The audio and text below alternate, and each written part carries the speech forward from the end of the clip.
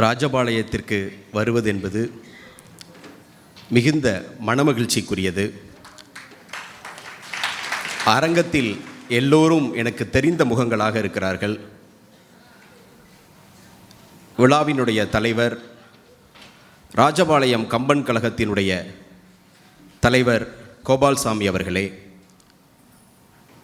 மதிப்புறு தலைவர் விஜயராகவராஜா அவர்களே, நிகழ்வில் வரவேற்புரையாற்றி விடைபெற்று சென்றிருக்கும் நமது மண்ணின் சிறந்த பேச்சாளர் கவிதா ஜகவர் அவர்களே,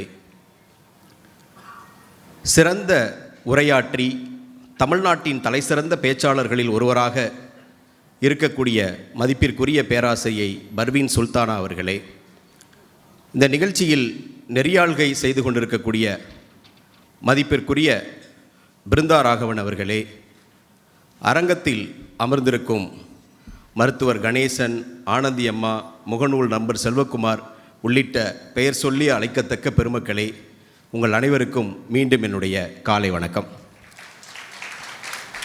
கடந்த முறை நான் ராஜபாளையம் கம்பன் கழகத்தில் பேசுகின்ற போது இரண்டாவது முறையாக பேசினேன். அப்போது நான் விருதுநகர் மாவட்டத்தினுடைய மாவட்ட ஆட்சித்தலைவராக இருந்தேன். பேசுகின்ற போது நான் இப்போது இந்த மாவட்டத்தின் கலெக்டராக இருப்பதால் என்னை அழைத்திருக்கிறீர்கள், அதனால் 50 விழுக்காடு நன்றி உங்களுக்கும், மீதம் என்னை பணிமாற்றாமல் இருக்கும் தமிழ்நாடு அரசிற்கு மீதம் 50 விழுக்காடு நன்றி என்று சொன்னேன். ஒருவேளை நீங்கள் நான் இங்கு இருந்து பணி மாறுதல் பெற்று சென்றுவிட்ட பிறகு அழைத்தால் 100 விழுக்காடு நன்றியையும் உங்களுக்கே தருவேன் என்று சொன்னேன். மறக்காமல் அழைத்திருக்கக்கூடிய ராஜபாளையம் கம்பன் கழகத்தினுடைய நிர்வாகிகள் அனைவருக்கும் இந்த ஆண்டு 100 விழுக்காடு நன்றியையும் முழுவதுமாக சொல்லி, இந்த கம்பன் கழகம் அரை நூற்றாண்டை நோக்கி சிறப்பாக சென்று கொண்டிருக்கிறது. அவர்களுக்கு என்னுடைய வாழ்த்துக்களையும் வணக்கங்களையும் நன்றிகளையும் தெரிவித்துக் கொள்கின்றேன். சரி, டாபிக் வாங்க. ஆனந்தி அம்மா சொல்கிறாங்க, போதும், தலைப்புக்குள்ளே வந்துடலாம். இன்று எனக்கு வழங்கப்பட்டிருக்கக்கூடிய தலைப்பு புகழ் ஒடுங்காது. கம்பனை படிப்பது என்பது மிக இயல்பாக தோன்றும். அது ஒரு கடலில் நீந்துறது மாதிரி, மேலாக நீந்தி கொண்டே இருக்கலாம். சற்று ஒரு அடி கீழே சென்றால் கம்பன் தன்னுடைய மொழி ஆளுமையால் நம்மை மூழ்கடித்து கொண்டே இருக்கிறான். கம்பனில் ஒவ்வொரு பாடல்களுக்கும் ஒவ்வொன்றுக்கும் பொருள்களை மாறி மாறி சொல்லக்கூடிய அறிஞர்களுக்கு இடையேயான கருத்து வேறுபாடுகள் இந்த 1000 ஆண்டுகளாக கம்பராமாயணம் தோன்றியதிலிருந்து இருக்கிறது. கம்பனை படிக்கின்ற போதில் கூட அதில் பாட வேறுபாடுகள் வருகின்றன. கம்பனே அவையடக்கம் பாடுறான். எப்படி பாடுறான்? நான் எழுதுனது ஒரு சாதாரண நூல் தான். முறையின் நூல் உணர்ந்த முனிவர்கள் நிறைய பேர் இருப்பீங்க, நல்லா படித்தவங்க. நான் எழுதுனதில் ஏதாவது தப்பு இருந்தால் பொறுத்தரலணும் அப்படின்னு கம்பனே சொல்கிறான். அந்த கம்பன்கிட்ட அந்த பாடலை கடன் வாங்கி நானும் அதையே கேட்டுக்கிறேன். கம்பன் சொல்கிறான், அறையும் ஆடரங்கும் மடப்பிள்ளைகள் தரையில் கீறிடும் தச்சரும் காய்வரோ, இறையும் ஞானமும் இல்லாத என் புன்கவி முறையின் நூல் உணர்ந்தாரும் முனிவரோ அப்படின்றான். என்னவா, அறையும் ஆடரங்கும், சின்ன குழந்தைங்க நிறையா வந்திருக்கிறாங்க. குழந்தைங்க ஒரு சாக் பீஸ் எடுத்தோ, ஒரு சின்ன கல் எடுத்தோ ஒரு வீடு வரைவாங்க. ஒரு பெரிய ஆடல் அரங்கு, ஒரு பெரிய ஆடிட்டோரியம், இதான் ஒரு மாளிகைன்னு வரைவாங்க. அதை பார்க்கக்கூடிய அவருடைய ஓவிய ஆசிரியரோ அல்ல அப்பா ஒரு பெரிய இன்ஜினியராக இருப்பார். அவர் இல்லை இது நல்லா இல்லை, நீ தப்பாக வரைஞ்சிருக்க அப்படின்னு குழந்தைங்கிட்ட சொல்லுவாங்களா? சொல்ல மாட்டாங்க. அது மாதிரி அந்த குழந்தையை இன்னும் நல்லா பண்ணி, இன்னும் இதை இப்படி நல்லா தான் பண்ணியிருக்கிறேன், இன்னும் கொஞ்சம் சிறப்பாக பண்ணணும்னு எப்படி அறிவுரை சொல்லி ஊக்குவிக்கிறார்களோ அப்படி நீங்கள் அறிஞர்கள்லாம் பண்ணணும். கம்பன் கேட்குறான், அறையும் ஆடரங்கும் மடப்பிள்ளைகள் தரையில் கீறிடும் தச்சரும் காய்வரோ, முறையின் நூல் உணிந்தாரும் நீங்கள் இப்படி பண்ணணும். இறையும் ஞானமும் இல்லாத என் புன்கவி முறையின் நூல் உணர்ந்தாரும் முனிவரோ அப்படின்னு பாடுறாங்க. அந்த கம்பன் கம்பராமாயணத்தை எழுதுகின்ற போது வான்மீகி ராமாயணத்திலிருந்து அப்படியே மூல நூலை எடுத்து அப்படியே எழுதவில்லை. தமிழ் பண்பாட்டிற்கு ஏற்ப நிறைய மாற்றங்களை செய்கிறான். கம்பனில் பார்த்து பார்த்து வியப்பது என்பது, அவன் இன்னும் இந்த நூலும் இந்த தத்துவங்களும் இன்னும் பல ஆயிரம் ஆண்டுகளுக்கு மனித குலத்தை உய்விக்க வேண்டும் என்ற நோக்கத்தோடு எழுதுகிறான். இன்று எனக்கு வழங்கியிருக்கக்கூடிய தலைப்பை காலப்பொருத்தத்தோடு வழங்கியிருக்கிறார்கள் என்று கருதுகிறேன். புகழ் ஒடுங்காது. மனிதன் புகழுக்காக அலைபவன். மனிதனுக்கு இரண்டு பசி இருக்கிறது. ஒன்று உடலுக்கான பசி, இன்னொன்று உயிருக்கான பசி. உடலுக்கான பசியை நாம் அனுபவிக்கும் பொருள்களிலிருந்தும் நுகரும் பொருள்களிலிருந்தும் மனிதன் எடுத்துக்கொள்கிறான். ஆனால் இந்த உயிருக்கான பசி எது? வள்ளுவர் சொல்றார், ஈதல் இசைபட வாழ்தல் அதுவன்றோ ஊதியம் இல்லை உயிர்க்கு. இந்த உயிருக்கு என்று ஒரு ஊதியம் இருக்கும் என்றால் அது புகழ்தான், இசை. ஈதல் இசைபட வாழ்தல், இசைனா புகழ். ஈதல் இசைபட வாழ்தல் அதுவல்லது ஊதியம் இல்லை உயிர்க்கு. இந்த உயிருக்கான ஊதியம் என்பது புகழோடு வாழ்வதுதான். அதனால் தான் மனிதன் புகழுக்காக அலைகிறான். இந்த புகழின் காரணமாகத்தான் என்னென்ன பிரச்சனைகள் இருக்கிறது என்பதை கம்பன் ஊடும் பாவுமாக தெளிவாகவும் பல இடங்களில் சொல்லிக்கொண்டே செல்கிறார். அதில் இந்த வார்த்தை எங்கே வருகிறது என்றால், விடிந்தால் ராமனுக்கு பட்டாபிஷேகம். அயோத்தி மாநகரமே விழாக்கோலம் பூண்டிருக்கிறது. நாளை காலை பட்டாபிஷேகம் செய்து பட்டத்து இள ராஜாவாக ராமன் பொறுப்பேற்க இருக்கிறான். அப்போது குலகுரு வசிஷ்டர் அழைத்து வசிஷ்டர் ராமனுக்கு அறிவுரை சொல்கிறார். என்ன அறிவுரை சொல்றாரு? நெல்லும் உயிரென்று நீரும் உயிரென்று மன்னர் உயிர்த்தே மலர்தலை உலகம் அப்படின்னு. இந்த மக்களுக்கான உயிர் என்பது அரசன் தான். அரசன் எந்த வழியில் இருக்கின்றானோ அவனுடைய உயர்வையே மக்கள் நாடி இருக்கிறார்கள். மக்களினுடைய நலனே அவர்களுக்கு முக்கியம் என்று பல அறிவுரைகளை சொல்கிறான். அப்படியே அறிவுரைகள் சொல்லிட்டு வரப்ப ஒரு இடத்துல ரொம்ப நிதானமாக பொறுமையாக ஒரு அறிவுரை சொல்கிறான். என்ன சொல்கிறான்? அரச குலத்தில் போர் என்பது மிக முக்கியமான ஒன்று. போரின் மூலம்தான் புகழ் கிடைக்கும் என்று எல்லோரும் போரை நோக்கி ஓடுவார்கள். அதில் கம்பன் சொல்கிறான், யாருடும் பகை கொள்ளலல் என்றபின் போர் ஒடுங்கும் புகழ் ஒடுங்காது தன் தார் ஒடுங்கல் செய்யாது அது தக்க பின் வேறடும் கெடாதல் வேண்டி உண்டாகும்னு சொல்கிறான். யார் இதுதான் இதில் கம்பன் தான் இதை சொன்னானா? இதுக்கு முன்னாடி யாரும் சொல்லலையா? போருக்கு எதிரான சித்தாந்தங்கள் தமிழ் மரபுல இல்லையா? இல்லை உலக மரபுகள் இல்லையா? எடுத்து பார்த்தா இருக்கு. ஆனால் கம்பன் இங்கே எங்கே வேறுபடுகிறான்? இதற்கு முன்னாடி இது கம்பராமாயணம் எழுத 12ஆம் நூற்றாண்டுக்கு முன்னாடி 1000, 2000, 3000 ஆண்டுகளாக போர் பற்றிய சித்தாந்தங்கள், போர் பற்றிய மரபுகள், போர் பற்றிய செய்திகள் உலகம் முழுவதும் இருக்கின்றன. தமிழ் மரபிலும் இருக்கிறது. ஈன்று புறந்தழுதல் என்றலை கடனேன்னு நமக்கு சங்க இலக்கியத்தில் புறநானூற்றில் ஒவ்வொருக்கும் கடமையாக சொல்றப்ப ஒரு இளைஞனுக்கான கடமை போர்க்களத்தில் சென்று மடிவது, சண்டை போடுவதுன்னு சொல்றாங்க. உலகம் முழுவதும் எடுத்து பார்த்தால் போருக்கு எதிரான தத்துவங்களும் இருக்கிறது.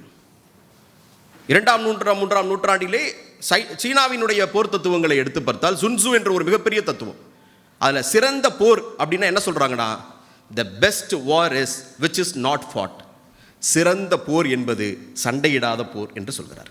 போர் என்பது அழிவு. அதற்கு பிறகு வந்த தமிழ் மரபிலும் இது தொடர்ச்சியாக சொல்லப்பட்டு இருக்கிறது. உலகம் முழுவதும் கிரீக்கில் எல்லா இடத்துலையும், ஜப்பானுடைய போர் மரபு, சாமுராயினுடைய போர்க்குல மரபுகள் எடுத்து பார்த்தா போரை தவிர்க்கணும்னு தான் சொல்றாங்க. கம்பன் ஏன் எந்த இடத்துல இன்னும் வேறுபடுறான் அப்படின்னா, இதற்கு முன்பு இருந்ததெல்லாம் வார் கோட்ஸ், போர் நெறிகள், வார் எத்திக்ஸ் எல்லாம் இருக்கு. கம்பன் தான் ரொம்ப நுணுக்கமாக போய் a policy for war free kingdom derive பண்ணுறான். ஒரு அரசியலில், அரச நிர்வாகத்தில் போருக்கு எதிரான கொள்கை, ஒரு பாலிசியாக அதை டெரைவ் பண்ணி எடுக்கிறான். எப்படி சொல்றா பாருங்க, யாருடும் பகை கொள்ளலன் என்றபின், யாருடும் பகை கொள்ளலன் என்றபின் உனக்கு போர் ஒடுங்கிரும், உன்னுடைய புகழ் ஒடுங்காது. அப்ப புகழுக்கு இன்னும் நிறைய காரியங்கள்லாம் இருக்கு, இது ஒன்று மட்டும்தான் இல்லை அப்படின்னு டிஃபைன் பண்றான். அப்புறம் உன்னுடைய தார் ஒடுங்கல், படை ஒடுங்காது, வேரோடு கெட்டு போயிடும் போர்ல, அதுவும் நடக்காது என்று போருக்கு எதிரான ஒரு தெளிவான அரச கொள்கையை முன்னிறுத்தி சொல்றான். எல்லாத்தையும் கேட்டுட்டு இருக்கான். இந்த போர் என்பது இந்தியாவினுடைய இலக்கியங்களில் 3 இடத்துல மிக முக்கியமாக சொல்றாங்க. ஒன்று மகாபாரத போர், மண்ணுக்காக நடைபெற்றது. இன்னொன்று ராமாயண போர், ஒரு பெண்ணை முன்னிறுத்தி நடைபெற்றது. இதில் தமிழ் மரபிலிருந்து தோன்றிய ஒரு இலக்கியத்தில் ஒரு போர் இருக்கிறது. அது கந்த புராணத்தில் வரும். சூரபத்மனை வதம் செய்வது. மற்ற எல்லா இடங்களிலும் 2 போர்களிலும் 2 இதிகாசங்களிலும் போரில் அழிவார்கள், அழிக்கப்படுவார்கள். தமிழ் மரபிலிருந்து தோன்றிய கந்தபுராணத்தில் சூரபத்மன் அழிக்கப்பட மாட்டான், மாறாக திருத்தப்படுவான். இந்த கருத்தை தான் பல இடங்களில் கம்பன் சொல்லிக்கொண்டே வருகிறான். அதில் இந்த போர் பற்றிய செய்திகள்லையும் போர் பற்ற மரபுகள்லையும் பார்க்குறப்ப கம்பராமாயணத்தில் எங்கெல்லாம் போர் இருக்கு, கம்பராமாயணத்தினுடைய போர் காட்சிகள்லாம் எடுத்து பார்க்குறப்போ 3 முக்கியமான போர் கம்பராமாயணத்தில் வரும். ஒன்று தாடகையை வதம் செய்வது, இன்னொன்று வாலியை வதம் செய்வது, மூன்றாவது மிகப்பெரிய போர் ராம யுத்தம், ராவண யுத்தம். இந்த 3 போர் வருது. இந்த 3 போர்க்காட்சிகளிலும் எந்தெந்த அழிவுகளை பற்றி சொல்கிறான், கம்பன் எவற்றையெல்லாம் மூடும் பாவமாக சொல்கிறான் என்பதை பார்க்க பார்க்க அவனுடைய நெறிகள், எனக்கு முன்பாக பேசினார்களே மதிப்பிற்குரிய பேராசிரியர் மர்வின் சுல்தானா அவர்கள் குறிப்பிட்ட அறத்தை எவ்வளவு கவனமாக சொல்கிறான் என்பது புரியும். கம்பராமாயணத்தினுடைய 3 போர்களில் அவன் அழிவை பற்றி தான் குறிப்பிடுகிறான். போர் என்பது பிரிவும் அழிவும் சார்ந்தது. பிரிதல் என்பது துன்பம். அந்த பிரிதல் துன்பத்தை ராமன் பட்டாபிஷேகம் நடக்காம போறப்பயே காட்டிடுவான். ராமனுக்கு பட்டாபிஷேகம் நடக்கும், எல்லாரும் ஒரு இதில் இருப்பாங்க. மறுநாள் காலையில் பட்டாபிஷேகம், கைகேயி வருவாள், 2 வரங்களில் ஒன்றை பெற்று சொல்லுவா, ஆலிசுல் உலகெல்லாம் பரதனே ஆள நீ போய் தாளிடும் சடைகள் தாங்கி தாங்கரும் தவம் மேற்கொண்டு பூலி வெங்கானம் நன்னி புண்ணிய துறைகள் ஆடி 7 நாண்டின் இயம்புவா என்று அரசன் என்றாள் அப்படின்னு சொல்லிடுவான். நீ போயிட்டு 14 வருஷம் கழிச்சு வா. உடனே ராமன் சொல்லுவான், அறத்தின் நாயகன் மன்னவன் பணியென்றாகில் நும்பணி மறுப்பனோ என் பின்னவன் பெற்ற செல்வம் அடியனேன் பெற்றதென்றோ என்னினி உறுதியப்பால் இப்பணி தலைமேற்கொண்டேன் மின்னொளிர் காணம் போகின்றேன் விடையும் கொண்டேன். உடனே அன்னைக்கே கிளம்பி போயிடும். ராமன் நாட்டை விட்டு போயிடுறான். பிரிவு, இந்த பிரிவு துன்பத்தை பாடுறான் கம்பன். பிரிவு என்பது எவ்வளோ பெரிய துன்பத்தை தரும்னா அங்கேயே சொல்லிடுவான். ராமன் போகிறப்ப எல்லாரும் அழுகிறாங்க, எல்லோரும் அழுகிறார்கள். அயோத்தியில் இருக்கக்கூடிய எல்லோரும் அழுதுகிறார்கள். வரிசையாக லிஸ்ட் போடுறாரு. கிள்ளை அழுத, கிளி அழுதுச்சான். கிள்ளையோடு பூவை அழுத. பூவை அப்படின்றது நாகனவாய்ப்புல், மைனா இருக்குல்ல, மைனா பறவை, அந்த பறவையெல்லாம் அழுதுச்சான். கிள்ளை அழுத, கிள்ளையோடு பூவை அழுத, கிளர் மாடத்து உள்ளுரையும் பூசை அழுத. மாடத்தில், வீட்டினுடைய மாடத்தில் வீட்டில் இருக்கக்கூடிய எல்லோரும் கவலையோடு அழுது கொண்டு இருக்கிறார்கள். அங்கே இருக்கக்கூடிய பூனையும் உட்கார்ந்து அழுது கொண்டு இருக்கிறது. இப்படி வரிசையாக போயிட்டே இருக்கு. எப்போ லிஸ்ட்டை முடிக்கிறது சொல்கிறாரு.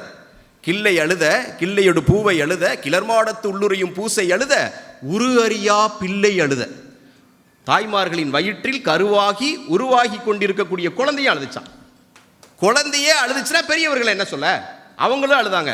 இப்போ யாரு தான் அழுகாமல் இருந்தாங்க? குழந்தையே அழுதுருச்சு, வயிற்றில் இருக்கக்கூடிய பிள்ளையே. இப்படி அந்த பிரிவு துன்பத்தை நினைத்து யாரெல்லாம் அழுதார்கள் என்று கம்பன் சொல்கிறான். கிள்ளை அழுத, கிள்ளையோடு பூவை அழுத, கிளர்மாடத்து உள்ளுரையும் பூசை அழுத, உரு அறியா பிள்ளை அழுத, பெரியோரை என் சொல்ல வள்ளல் வனம்புகுவான் என்றுரைத்த மாட்டத்தால். ராமன் 14 ஆண்டுகளுக்கு காட்டுக்கு செல்கிறான் என்று சொல்வதை கேட்டுவிட்டு எல்லோரும் எப்படி அழுதார்கள் என்று அந்த பிரிவு துன்பத்தை சொல்கிறான். மன்னன் 14 ஆண்டுகள் பிரிந்து போன இடத்தில் அங்கே அழுகிறார்கள். அடுத்து வரக்கூடிய காட்சிகளில் 2 நாட்டின் மன்னர்கள் கொல்லப்படுகிறார்கள். எப்பொழுது எப்படி அழுவார்கள், என்னென்ன நடக்கும் என்று பின்னாடி கம்பன் சொல்லுவோம். இந்த 3 போர்களில் முதல் போர் தாடகையை வதம் செய்வது. தாடகை என்ற அரக்கி வனத்தில் எல்லோரையும் ஆட்டு படித்துக் கொண்டிருக்கிறார். எல்லோரும் துன்பமுற்று கொண்டிருக்கிறார்கள். அப்பொழுது விஸ்வாமித்திரர் தகரத்தில் ராமனை அழைத்து வதம் செய்ய வேண்டும் என்று எடுத்து செல்கிறார். ராமனை வதம் செய்ய போகணும். ராமன் தாடகையை வதம் செய்ய போகணும். காட்டுக்கு அழைச்சிட்டு போகிறாங்க. இந்த தாடகை மிகப்பெரிய அரக்கி, எல்லோருக்கும் துன்பம் அளித்துக் கொண்டிருக்கிறார். ஆனால் ராமனுக்கு தாடகையை கொல்றதுல ஒரு தயக்கம் இருக்கும். ஏன்? ஒரு பெண். ராமன் வார் எத்திக்ஸ் எல்லாம் ரொம்ப நல்லா கற்று தேர்ந்தவன். ஒரு பெண்ணை எப்படி கொள்வது? உடல் வலிமையில் தன்னை விட வலிமை குறைந்த ஒரு பெண்ணை எப்படி கொள்வது? அவர் அரக்கி இருந்தாலும் பெண்ணை எப்படி கொள்வதுன்ற தயக்கம் ராமனுக்கு இருக்கும். உடனே விஸ்வாமித்திரர் சொல்லுவார், இல்லை, இவங்க பெண் அப்படின்ற டெஃபனிஷனுக்குள்ளே வரமாட்டாங்க. ஏன்? அதான் அரக்கிக்குரிய பண்புகளில் பெண்மைக்குரிய பண்புகள் இருக்காது, அதனால் பெண்ணுன்ற டெஃபனிஷனுக்குள்ளே வரமாட்டாங்கன்னு அப்படியே சொல்லிடுவேன். உடனே ராமன் அம்பு எடுத்து டார்கெட் ஃபிக்ஸ் பண்ணி எய்ம் பண்ணுவான், தாடகையை வதம் பண்ணும். இது ஒரு முக்கியமான பாட்டு. கம்பனை வந்து படிக்க படிக்க பெரிய ஆச்சரியங்கள் தரக்கூடிய பாடல்களில் இதுவும் ஒன்று. நான் நினைக்கிறது உண்டு, கம்பன் ஒருவேளை தமிழில் ஒரு கவிஞனாக இல்லாமல் வேற ஒரு நாட்டில் பிறந்திருந்தால் என்ன இருந்திருக்கும்? நிச்சயமாக சொல்கிறேன், வேறு ஒரு நாட்டில் அல்லது வேறு ஒரு சூழலில் வேறு ஒரு துறையில் அவன் இருந்திருந்தால் அந்த துறையின் ஒரு உச்சத்தை தொட்டிருப்பான். கம்பன் ஒருவேளை ஒரு இயற்பியல் விஞ்ஞானியாக இருந்திருந்தான்னு வச்சுக்கோங்க, அவர் ஒரு மிகப்பெரிய ஒரு ஆல்பர்ட் ஐன்ஸ்டீனாவோ ஒரு நியூட்டனாவோ இருப்பார். நீங்கள் கம்பனோட காலகட்டத்தில் 12ஆம் நூற்றாண்டுக்கு பின்னாடி தான் மிகப்பெரிய இயற்பியல் விஞ்ஞானிகள்லாம் அறிவியலினுடைய திசையை மாற்றி இயற்பியல் விஞ்ஞானிகள்லாம் தோன்றாங்க. அந்த 12ஆம் நூற்றாண்டுக்கு பின்னாடி தான் சூரிய மைய கோட்பாடு அப்படின்னு வானவியல் ஆராய்ச்சியில் மிகப்பெரிய மாற்றத்தை தந்த கோப்பர்னிக்கஸ் அதுக்கு பின்னாடி தான் வரார். அதுக்கு பின்னாடி தான் நியூட்டன் தியரி ஆஃப் மோஷன் அப்படின்னு சொல்லக்கூடிய இயக்க விதிகளை தந்த நியூட்டன் வரார். அவர் தியரி ஆஃப் மோஷன்ஸ்னா நம்மளும் தியரி ஆஃப் எமோஷன்ஸ், அவ்வளோதான். நியூட்டன் வரார். கலீலி அதுக்கு பின்னாடி தான் வரார். இவர்களுக்கெல்லாம் ஒரு பொது பண்புகள் இருக்குது, இந்த இயற்பியல் விஞ்ஞானிகளுக்கெல்லாம். இவங்க எல்லாம் அறிவியலில் அதுவரை கண்டுபிடிக்கப்படாத சில கூறுகளை கண்டுபிடித்து வரையறுத்தார்கள், டிஃபைன் பண்ணாங்க. E=mc², கிராவிட்டி, இதெல்லாம் ஒரு டெரிவேஷனில் போட்டு டிஃபைன் பண்ணி டெரைவ் பண்ணி எடுப்பாங்க. இந்த நுணுக்கம், இந்த சயின்டிஃபிக் அக்யூப்மெண்ட் கம்பன் கிட்ட பார்க்க முடியும், அவனுடைய பாடல்களில் இருக்கு. அதுக்கு ஒரு உதாரணம் இந்த பாடல். இந்த பாடலில் என்ன சொல்லுவான்? 2 இதை டிஃபைன் பண்ணுவான்.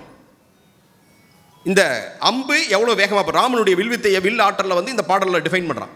அம்பு எவ்வளவு வேகமாக வில்லிலிருந்து புறப்பட்டு போச்சு, 2வது வேகம் மாறுபட குத்தி முதுகில் வெளியேறினது என்ன ஸ்பீடு, இது 2ஐயும் சொல்லணும்.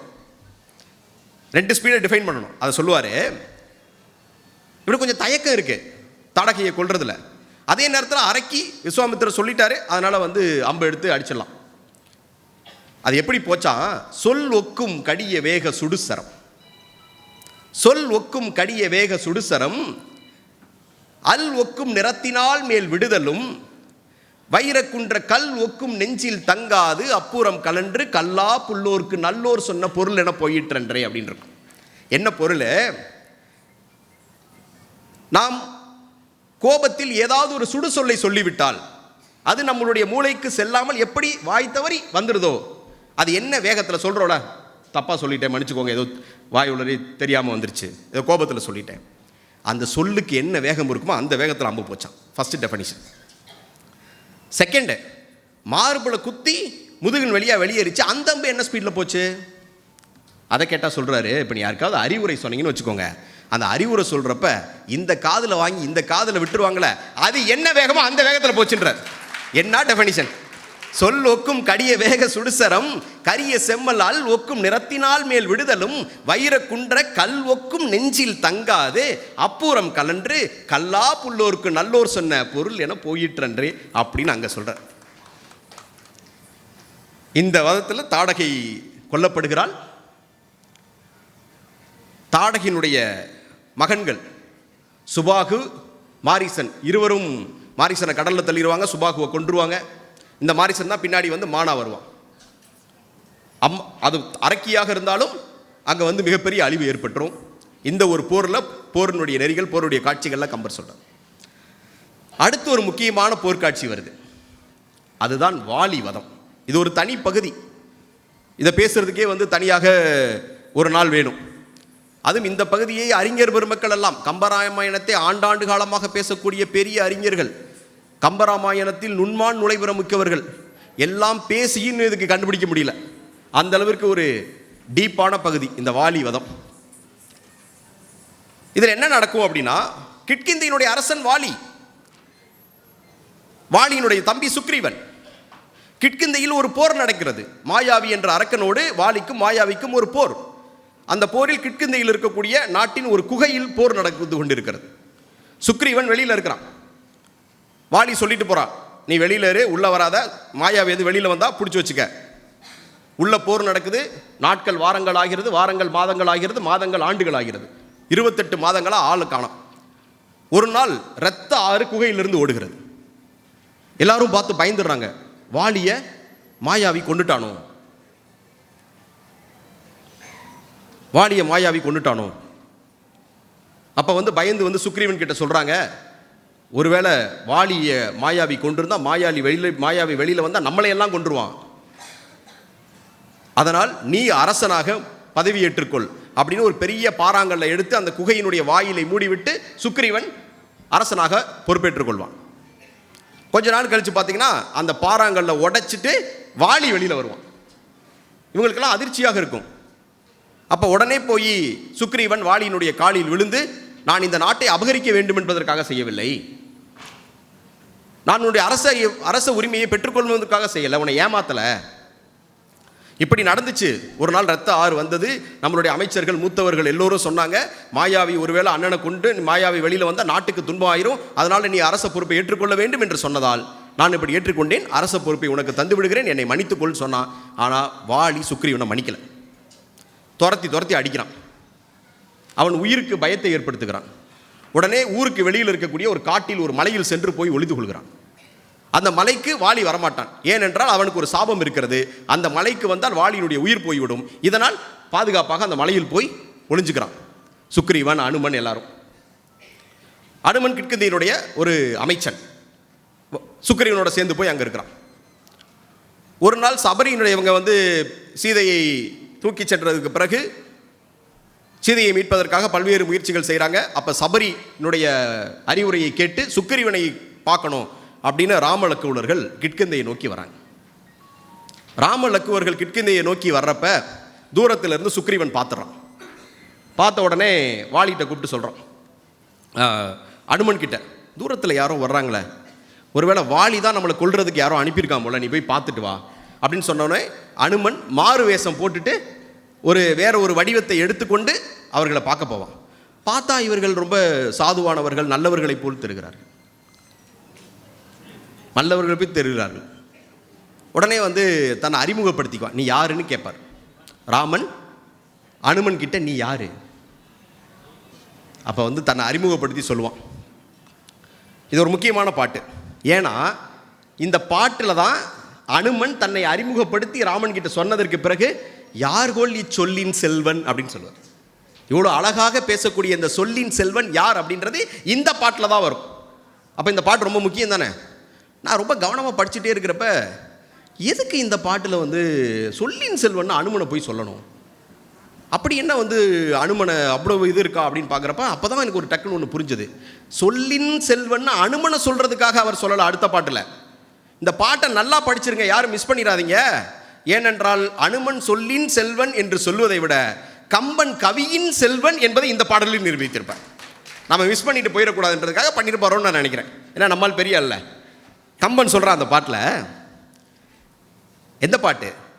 அனுமன் தன்னை ராமனிடத்தில் அறிமுகம் செய்து கொள்கிறான். மஞ்சன தகைய மேனிய, மஞ்சன திரண்ட மேனிய, மேகத்தை போல் திரண்ட அழகான மேனியை உடையவனே, மஞ்சன திரண்ட மேனிய, மகளிர்க்கெல்லாம் நஞ்சன தகையாகி, மகளிருக்கு பெண்களுக்கெல்லாம் நஞ்சை போன்று இருக்கக்கூடியவனே. இது எனக்கு புரியல. ராமன் ரொம்ப நல்லவன் தானே, பெண்களுக்கெல்லாம் நஞ்சுன்னு ஏன் சொல்கிறார் கம்பன்? தேடி பார்க்கலாம்.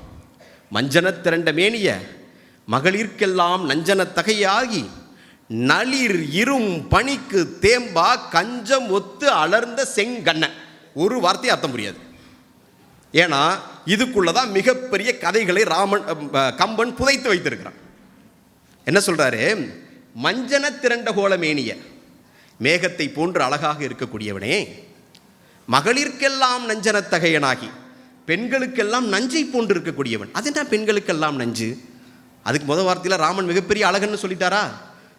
கண்களை கொண்டு காணும் பெண்கள் எல்லாம் ராமன் மீது காதல் கொண்டு விடுவார்கள். அவ்வளவு பெரிய அழகன், அவ்வளவு பெரிய அன்பில் சிறந்தவன். ஆனால் ராமன் பெண்கள் காதலினுடைய துன்பத்தை போக்க மாட்டான். ஏனென்றால் ராமன் ஏகபத்தினி விரதன்.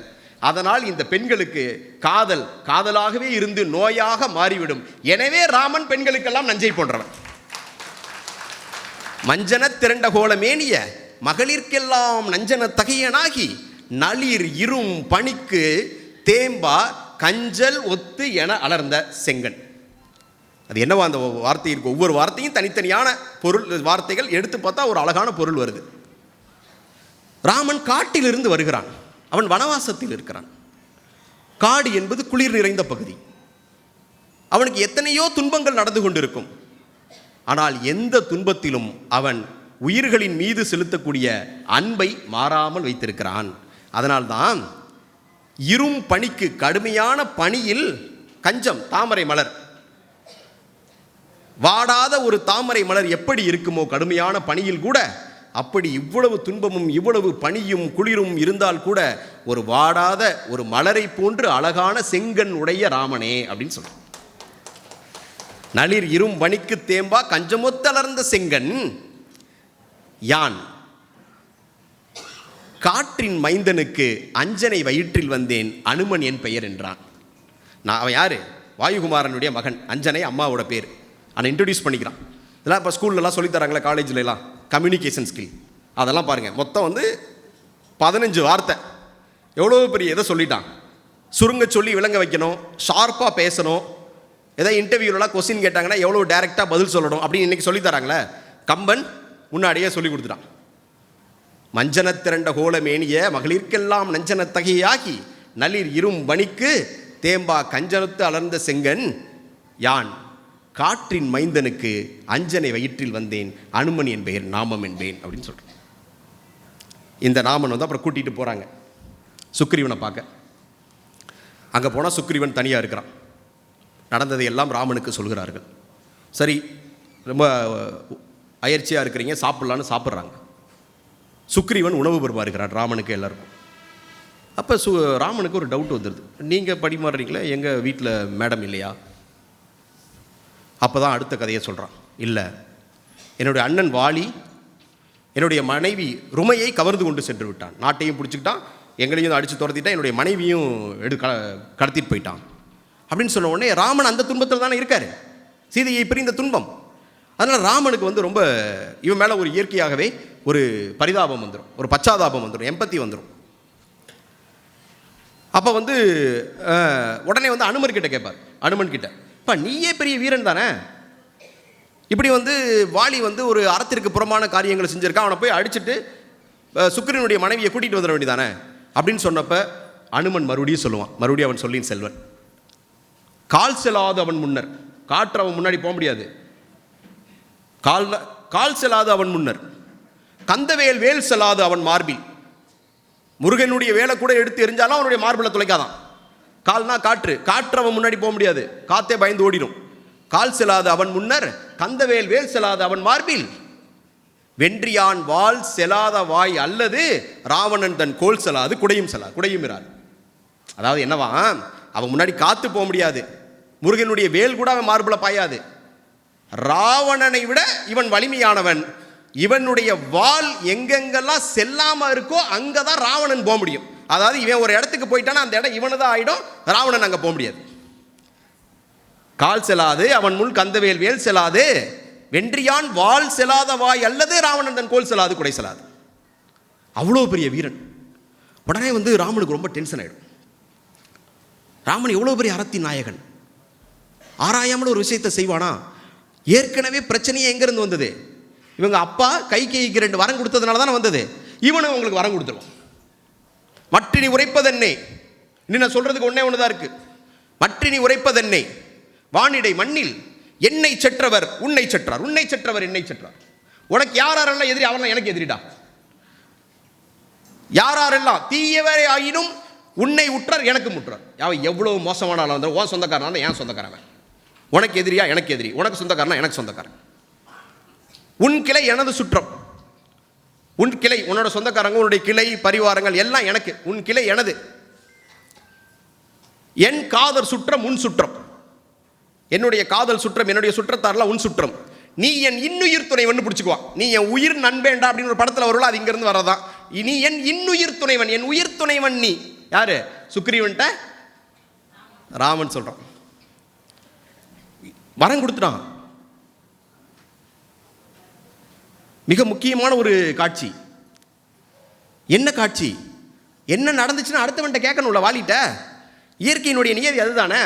த லா ஆஃப் நேச்சுரல் ஜஸ்டிஸ், இயற்கை நியதி, இயற்கை நீதியினுடைய அடிப்படை தத்துவம் இதுதான். ஏதாவது ஒன்று நீங்கள் கண்ணில் பார்த்தா கூட அதை இன்னொரு தரப்பில் என்ன சொல்கிறார்கள் என்று கேட்க வேண்டும். அதை நீதி பரிபாலனத்தில் the opportunity to be heard என்று சொல்வார்கள். அடுத்தவர்களுக்கு அவர்களுடைய தரப்பை சொல்வதற்கு ஒரு வாய்ப்பு தரப்பட வேண்டும். நீங்கள் கண்ணிலேயே பார்த்துருந்தாலும் கூட, எத்தனை சாட்சிகள் இருந்தாலும் கூட, அந்த ஆப்பர்ச்சுனிட்டி டு பி ஹியர்டே கொடுக்கல இந்த இடத்துல. மற்றினி உரைப்பதென்னே வானிடை மண்ணில் உன்னை செற்றார் என்னை செற்றார் தீயரே எனினும் உன்னை உற்றார் என்னை உற்றார் உன் கிளை எனது என் காதர் சுற்றம் உன் சுற்றம் நீ என் இன்னுயிர் துணைவன். உடனே சுக்ரீவனுக்கு ரொம்ப சந்தோஷமாயிரும். சரி, ராமன் வந்து நம்மளை காப்பாற்றி மனைவியை மீட்டுருவான், வாலியை வந்து கொன்றுவான், மனைவியை மீட்டுருவான். இப்படி நடக்கிறப்ப வந்து சுக்ரீவனுக்கு மைல்டாக ஒரு டவுட் வரும். யார்கிட்ட? ராமன் கிட்ட. என்ன டவுட்டு? ராம, போய் சண்டையெல்லாம் போட தெரியுமா உனக்கு? அம்பெல்லாம் எடுத்து அடிக்க தெரியுமா கேட்குறாங்க. சுக்ரீவன் கேட்குறான் ராமன் கிட்ட, அம்பெல்லாம் அடிக்க விட தெரியுமா? ஒன்றும் பிரச்சனை இல்லையே, பழகிருக்கியா? உடனே கடுப்பாயிருவார் ராமர். அப்படியே பார்ப்பாரு. இல்லை, நாங்கள் 7 மாமரம் இருக்குது பாரு, பெரிய பெரிய மாமரம், பெரிய மரம், மாமரம், அதில் ஏதாவது ஒரு மரத்தை வீழ்த்து அப்படின்னு சொல்லுவார். உடனே அம்பை எடுத்து பொசிஷன் எடுத்து டார்கெட் எய்ம் பண்ணி அடிச்சிருவார். எத்தனை மரம் வீழ்கும்? 7 மாமரம் ஊடு புக்கி கீழ் உலகம் என்று இசைக்கும் 7 ஊடு புக்கி பின் அடுத்து என்ற 7 இல்லாமையால் தீண்டது மீண்டது அவர் ராவன் பகலி. அதாவது 7 மாமரம் ஊடு புக்கி உருவி 7 மாமரத்தை அடித்து வீழ்த்திட்டு போகுது. அப்புறம் பூமிக்கு கீழே 7 உலகம் இருக்கான். அதலம் விதலம் சுதலம் பாதாளம் மகாதலம் ரசாதலம் தராதலம்னு ஒரு 7 உலகம் இருக்குது. இந்த 7 உலகத்தையும் ஊடுருவி போதான் ராமன் அன்பு. இப்போ ஒரு மரத்தை தானேப்பா வீழ்த்த சொன்னேன். இல்லை, நான் விட்டாலே இவ்வளோதான் எங்களோட மினிமம் ஆற்றலே. மினிமம் ஆற்றலே 7 மரத்தை வீழ்த்திட்டு 7 உலகங்களை வீழ்த்திட்டு அப்புறமும் 7 அப்படின்ற நம்பர் இல்லாதனால திரும்ப வந்துருச்சான் வீழ்த்துறதுக்கு ஒன்றும் இல்லாமல். 7 மாமரம் உருவி கீழ் உலகம் என்று இசைக்கும் 7 மூடுபுக்கு உருவி பின் அடுத்து இயன்ற 7 இல்லாமையால் மீண்டது ராகவன் பகலி. இப்போ வந்து சுக்ரீவன் கொஞ்சம் ஜெர்க் ஆகிடுவான். சரி, வாங்க போகலாம். எங்கே? வாலி கூட சண்டை போட. சண்டை போனோடனே ஃபஸ்ட்டு சுக்ரீவன் அனுப்பிடுவான், போய் அண்ணனை போய் கூப்பிடு, சண்டை கூப்பிடு. உடனே சண்டை கூப்பிடுவான். சண்டை கூப்பிட்டுட்டு இருக்கிறப்ப உள்ளே உட்காந்து வீட்டில் வாலி வந்து சாப்பிட்டுட்டு இருப்பான்னு நினைக்கிறேன். பக்கத்தில் வாலியினுடைய மனைவி தாரை சொல்லுவாங்க, வெளியில் வந்து சண்டைக்கு சுக்ரீவன் கூப்பிட்ருக்கான் பார்த்தீங்களா? ஆமாம், கேள்வி கேட்டேன். எதுக்கு திடீர்னு இன்றைக்கி வந்திருக்கிறான்? இத்தனை நாள் வராதவன் யோசிச்சிங்களா? எதுக்கு வந்திருப்பா? சண்டை போடுறதுக்கு வந்திருப்பான், போய் பார்த்துக்கிறேன். இல்லை, ராமன் யாரோ கூட வந்திருக்கானா. ராமனை வந்து தாரைக்கு தெரியாது, ராமனை சுக்ரீவனுக்கும் தெரியாது, ராமனை அனுமனுக்கும் தெரியாது, ராமனை அங்கதனுக்கும் தெரியாது. கிட்கிந்தையில் ராமனை தெரிந்த ஒரே ஆள் கிட்கிந்தனுடைய அரசன் வாலி மட்டும்தான். உடனே ஷாக் ஆயிடுவார். ராமனா? ராமன் இங்கெல்லாம் வரமாட்டாரு, அவர் எதுக்கு இங்கே வராரு? ராமன் வேதங்களுக்கெல்லாம் நாயகன், ராமன் தான் அறமே. ராமன் வந்து இங்கெல்லாம் வரமாட்டான். இங்க சண்டை நடப்பது எனக்கு என்னுடைய தம்பிக்கு உள்நாட்டில் நடக்குது. வேறு ஒரு இடத்துல இருந்து ராமனுக்கு சம்பந்தம் இல்லாத விஷயத்துக்கு ராமன் எப்படி வருவான் அப்படின்னு தாரை சொல்லுவாங்க. கேட்க மாட்டான், சண்டைக்கு போயிடுவான். சண்டைக்கு போன உடனே அடி பின்னிடுவான். யார? சுக்ரீவனை. வாலி சுக்ரீவனை அடித்து உதைத்து விடுவான். உடனே திரும்பி பார்த்தா இங்கேயே ராமன் கூட வர்றாருன்னு சொன்னாலே ஆளை காணல, ராமன் இருக்க மாட்டாருங்க. திரும்ப ஓடி போயிடுவான். உன்னை நம்பி நான் சண்டைக்கு போயிட்டு நீ வந்து என்னை காப்பாற்ற வேணாமா, இப்படி விட்டுட்டியா ராமா அப்படின்னு சொன்னப்ப, இல்லை ராமன் ரொம்ப கேஷுவலாக சொல்லுவார், இல்லை எனக்கு நீயும் உங்கள் அண்ணனும் பார்க்கறதுக்கு ஒரே மாதிரி இருந்தீங்கனால எனக்கு அடையாளம் தெரியல யார் மேலே அம்பு விடுறதுன்னு. இந்த அந்த மாலையை போட்டு போகணும், ஒரு மாலையை தூக்கி கழுத்தில் போட்டுட்டு இப்போ போகும்பாரு, இப்போ போன்னு சொல்லுவார். இப்போ போன்னு சொன்ன உடனே போய் மறுபடியும் கூப்பிடுவான். மறுபடியும் கூப்பிட்றப்ப கடுப்பாயிருவான், சாப்பிட்டுட்டு தூங்க போயிருப்பான்னு நினைக்கிறேன். என்னடா இப்போ தான் வந்து சண்டை போட்டு அடி வாங்கிட்டு அடி வாங்காமல் அடி வாங்க முடியாமல் வலி தாங்காமல் ஓடுனா மறுபடியும் வந்திருக்கானே அப்படின்னு சொல்லி போவார். அப்படி போகிறப்ப வந்து மறுபடியும் வந்து கோபம் பயங்கரமாக ஆயிரும் வாலிக்கு.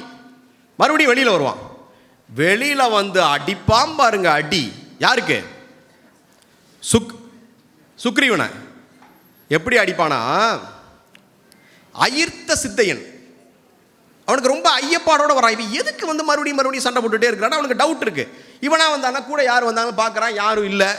மறுபடியும் மாலையை போட்டு வர்றான். இப்போ வேற மறுபடியும் அயிர்த்த சிந்தையன் அந்தகன் குலைந்து அஞ்ச.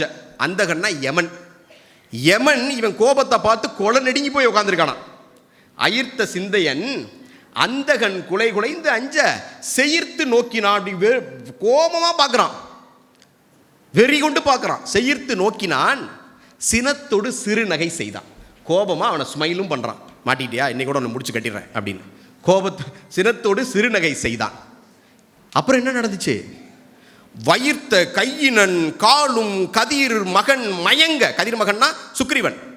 வயிர்த்த வலிமையான கையாலையும் காலாலையும் வயிர்த்த கையினன் கதிர் மயன் மயங்க உயிர்த்தலந்தோறும் புடைத்தனன் அடித்தனன் உதைத்தனன். உயிர்த்தலங்கள் எல்லாம், உயிர் உடம்பில் எங்கெங்கெல்லாம் இருக்கிறதோ அங்கெல்லாம் வாலி சுக்ரீவனை அடிக்கிறான்.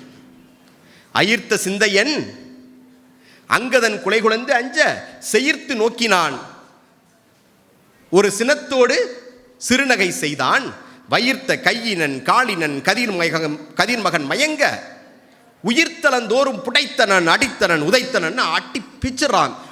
பிச்சுட்டு ரெண்டு கையிலையும் அவனை பிடிச்சி தூக்கி, இன்னைக்கோட நீ செத்து ஒளிஞ்சிடறான்னு சொல்லி தூக்கி வந்து எரிஞ்சும் மலையின் மீது எரிந்து அவனை சிதறடிப்பதற்காக கையை தூக்குவான். கையை தூக்கி போய் நல்ல பொசிஷன் இருக்கும், மறைஞ்சிருந்த ராமன் எடுத்து கரெக்டாக மார்பிளை பார்த்து அம்பு விட்டுருவான், விழுந்துருவான். எனக்கு ஒன்றும் புரியாது, வாலிக்கு ஒன்றுமே புரியாது. யாரா இது மறைஞ்சிருந்து அம்பு விடுறது அப்படின்ட்டு அவனை கீழே போட்டுருவான். சுக்ரீவனை போட்டு அப்படியே அவன் அம்பை பிடிச்சிருவான். அம்பு உள்ளே போனோடனே பாஞ்சு வெளியில் போகிறான். இதுக்கு முன்னாடி ஒரு இடத்துல என்ன பார்த்தோம்? என்ன ஸ்பீடில் அம்பு போச்சு எல்லா இடத்துலையும். ராமனுடைய அம்பு வந்து இன்னொரு பாட்டிலனா சொல்லுவார், அப்பா கம்பனை வந்து படிக்க அதான் சொன்னல, கடலில் ஒரு ஃபீட்டுக்கு கீழே போகிற மாதிரி. இன்னொரு இடத்துல சொல்கிறாரு, தட் சொன்ன இயற்பியல் விஞ்ஞானிகள்லாம் டெஃபினிஷன் பண்ணியிருக்காங்கன்னு. இவர் இன்னொரு இடத்துல டெஃபைன் பண்ணுறாரு. இன்றைக்கி மைக்ரோ செகண்டு நானோ செகண்ட்லாம் பார்க்குறோம். அப்பயே சொல்கிறாரு, அம்பு மார்பில் பட்டு பின்னாடி போகிறப்ப ரத்தம் இல்லாமல் போச்சான். ஏன்? அம்பில் ரத்தம் ஒட்டுறதுக்கு ஒரு நேரம் வேணும்ல. அட்லீஸ்ட் ஒரு செகண்ட், ஒரு அரை செகண்ட், கால் செகண்ட், 0.1 to 0.01 02 அது 0.001 அது வேணும்ல. அந்த நேரம் கூட இல்லை, பட்டோன்னே போயிடுச்சு, ரத்தம் கூட ஒட்டலையாம். இவ்வளோ பெரிய அம்பு விடுற ஆற்றல் மிக்க அவனுடைய அந்த அம்பினுடைய எனர்ஜி அவ்வளோ ஸ்பீடாக இருக்கிறது. இந்த இடத்துல மட்டும் வாலியோட நெஞ்சில் தச்சு நிற்குது. அப்படியே பிடிச்சிட்டான் அம்பை பிடிச்சிட்டு அப்படியே எடுத்து பார்க்குறான். வரலாறுல நம்ம படிக்கிறோம், அரசனுடைய அம்புகளில் பெயர் பொறிக்கப்பட்டிருக்கும். யார் அம்புன்னு பார்க்குறப்ப டக்குன்னு பார்த்த உடனே அவனுக்கு உடம்பெல்லாம் சில்லிட்டுருச்சு, உடம்பு சில்லுன்னு ஆயிடுச்சு. என்ன போட்டிருக்க அந்த அம்புல பேர் தெரியுமா? யாரினுடைய பெயர்? யாரினுடைய பெயர் அது? எப்படிப்பட்டவனுடைய பெயர்? மும்மைசால் உலகுக்கெல்லாம் மூல மந்திரத்தை முற்றிலும் தம்மையே தமர்க்கு நல்கும் தனிப்பெரும் பதத்தை தானே இம்மையே எழுமை நோய்க்கு மருந்தினை ராமன் எனும் செம்மை சேர் ராமன் தன்னை கண்களில் தெரிய கண்டான் படுறான். எப்படிப்பட்ட ராமன்? மும்மைசார் உலகுக்கெல்லாம் மூல மந்திரத்தை, 3 உலகங்களுக்கும் அடிப்படையான மூல மந்திரமே ராமன் தான். அப்படிப்பட்ட ராமன் மும்மைசால் உலகுக்கெல்லாம் மூல மந்திரத்தை முற்றிலும் தம்மையே தமர்க்கு நல்கும் தனிப்பெரும் பதத்தை, தன்னவே தன்னுடைய அடியவர்களுக்கு அப்படியே கொடுத்துருவான். அவ்வளோ அவனுடைய பதம், அவனுடைய பெயரோ அவனோ அப்படியே வந்து அவர்களுக்கு ஒரு அருளாக மாறிவிடும். தம்மையே தமர்க்கு நல்கும் தனிப்பெரும் பதத்தை தானே அவனே எதுக்கு? இம்மை நோய்க்கும் எழுமை நோய்க்கும் மருந்து. இந்த பிறப்பு என்பது நோய், மனித பிறப்பு என்பது நோய். அதில் துன்பங்கள் மட்டும்தான் நிறைந்திருக்கும். அதில் இன்பங்கள் எப்பயாவது அப்பப்போ வந்து தலைகாட்டும். ராமன் சொல்கிறான், கம்பன் சொல்கிறான் இந்த இதில் காட்சியில், துன்பங்கள் தான் நிறைந்திருக்கும், இன்பங்கள் அவ்வப்போது வந்து தலைகாட்டும். அந்த நோய் இருக்கக்கூடிய வாழ்க்கைக்கு முக்தியை தரக்கூடியவன் ராமன். அந்த ராமனா? உம்மைசால் உலகுக்கெல்லாம் மூலமந்திரமாக இருக்கக்கூடிய ராமன், முற்றிலும் தம்மையே நல்கி தனிப்பெரும் தவமாக பதமாக இருக்கக்கூடிய ராமன், இம்மைக்கும் எழுமை நோய்க்கும் மருந்தாக இருக்கக்கூடிய ராமன். அந்த ராமனுடைய செம்மையான நாமத்தை அந்த அம்புல பார்க்குறான். அம்புல பார்த்த உடனே வந்து அவனுக்கு வந்து என்ன பண்ணுறதுனே தெரியாது. ராமனா? அப்புறம் அப்படியே வந்து அடுத்த காட்சி, ராமன் வருவார், வாலி முன்னாடி நிற்பார். 1000 கேள்வி கேட்பான். ராமனால் பதிலே சொல்ல முடியாது. இது என்ன நியாயம்? இது தர்மமா? இது அறமா? நான் உன் மண்ணில் உனக்கு பாரமாக இருந்தேனா? இது இது என்னுடைய மண்ணில் நானும் என் தம்பியும் சண்டை போட்டிருக்கோம், ஒரு இன்டர்னல் இஷ்யூஸ் ஓடிட்டு இருக்கு. நீ நல்லது செய்கிறதா இருந்தால் எங்கள் 2 பேர்த்தையும் உட்கார வச்சு பேசி சரி பண்ணியிருந்திருக்கணும். நீ என் தரப்பு நியாயத்தவே கேட்கல, நீ மறைஞ்சிருந்து அம்பு எழுதியது எந்த நியாயம் என்று கேட்பான். ராமன் பதிலே பேச மாட்டார். மறுபடியும் கேட்பான், ராமன் பதில் பேச மாட்டார். அப்போ இவன், ஆனால் ராமன் மீது இவனுக்கு மிகப்பெரிய ஒரு அன்பும் மதிப்பும் மரியாதையும் இருக்கிறது வாலிக்கு. அவனே மறுபடியும் குழப்பத்தில் ஒன்று கேட்பான். இது ஒரு முக்கியமான பாடல். இதில் அறிஞர்களுக்கு இடையே நிறைய கருத்து வேறுபாடுகள் ஆய்ந்து தேய்ந்து நிறைய அறிஞர்கள் நிறைய கருத்து ஆய்வுக்குரிய ஒரு பாடல். அது என்ன சொல்லுவான், ராமா நீ எப்படிப்பட்டவன், உன் மீது எனக்கு எவ்வளோ பெரிய மதிப்பும் பெருமையும் இருக்கு தெரிகிறதுமா. ராமனை சொல்கிறான், ஓவியத்தால் எழுத ஒண்ணா உருவத்தாய். உலகினுடைய தலை சிறந்த ஓவியர்கள் எல்லாம் சேர்ந்து உன்னுடைய அழகை வரைய வேண்டும் என்றால் கூட முடியாது. அவ்வளோ பெரிய பேரழகன், அவ்வளவு ஆற்றலும் நளினமும் பொருந்தியவன். ஓவியத்தால் எழுத ஒண்ணா உருவத்தாய், இந்த அரச குலத்திற்கென்று கோலியல் தர்மம் உங்கள் குலத்து உதித்தோர்கெல்லாம் உடைத்ததன்றோ. கோயியல்னா கோன அரசு, அரசினுடைய இயல், ஒரு அரசர்களுக்கான நெறிமுறை. அதில் உங்கள் குலத்தில், சூரிய வம்சத்தினுடைய குலத்தில் கோயியல் தர்மம் எல்லாம் உங்கள் குலத்து உதித்தவர்களுக்கெல்லாம் இருக்கிறதாச்சே, நீ எப்படி இதை பண்ண? ஓவியத்தில் எழுத ஒண்ணா உருவத்தாய், கோயியல் தர்மம் உங்கள் குலத்துதித்தோர்களுக்கெல்லாம் உரியதென்றோ. ஆவியை சனகன் பெற்ற அன்னத்தை அமிழ்தின் வந்த தேவியை பிரிந்த பின்னை திகைத்தனை போலும் செய்கைன்னு சொல்லுவான். என்ன சொல்றான், நீ சீதாதேவியை பிரிந்திருக்கக்கூடிய பிரிவு துயரில் இந்த மாதிரி பண்ணிட்டியோ, பிரிவு துயரில் நீ பண்றது என்ன அப்படின்றத தெளிவில்லாமல் பண்ணிட்டியோ அப்படின்னு சொல்லுவான். சொன்ன உடனே மறுபடியும் பேசுவாங்க, மறுபடியும் கேள்வி கேட்பான். இல்லை, நீ பண்ணது மிகப்பெரிய தவறு. என்ன தவறு? பிறன்மனை கவர்ந்தாய், மன்னிப்பு கேட்டும் மன்னிக்க மறந்தாய், கொலை செய்ய துணிந்தாய். 3 பேர்த்த சுக்ரீவனை கொலை பண்ணுறதுக்கு துணிஞ்சிட்ட, அதனால் உனக்கு மன்னிப்பு இல்லை. மறுபடியும் கேள்வி கேட்பா, மறுபடியும் பதில் சொல்ல முடியாது. பக்கத்தில் இருக்க இலக்குவனன் தான் பதில் சொல்லுவான். இலக்குவனன் என்ன சொல்லுவான், இல்லை எங்கள் அண்ணன் வரம் கொடுத்துட்டாரு சுக்ரீவனுக்கு, உன் கூட ஃப்ரெண்டாக இருப்பேன், உனக்கு உதவி செய்வேன்னு வரம் கொடுத்துட்டாரு. ஒரு வரம் கொடுத்ததுக்கு உயிரை கொள்ளுவியா அப்படின்னு கேட்பான். அப்படி கேட்டுட்டு இருக்கப்ப என்ன நினைப்பான்னு தெரியல. ஏன்னா இவனுக்கு பிராமன் மீது மிகப்பெரிய மரியாதை இருக்கிறது, அன்பு இருக்கிறது. அப்புறம் டக்குன்னு என்ன பண்ணுவான், மனம் மாறிடுவான். மனம் மாறி, இல்லை நான் தான் தப்பு பண்ணிட்டேன் அப்படிம்பா. சுக்ரீவன் சொல்லுவான், சரி வாலி சொல்லுவான் ராமன் கிட்ட, இல்லை நான் தான் தவறு பண்ணிட்டேன். நீ தாயை போன்றவன், நான் ஒரு நாயை போன்றவன். உனக்கு தாய்மையின் குணம் இருக்கும், தாயென அருள்வாய் நீ, உனக்கு தாய்மையினுடைய குணப்பண்புகள்லாம் நிறைய இருக்கு. நான் ஒரு நாயை போல இருக்கக்கூடியவன் நான், அதனால நீ என்ன செஞ்சாலும் சரியாக தான் இருக்கும்.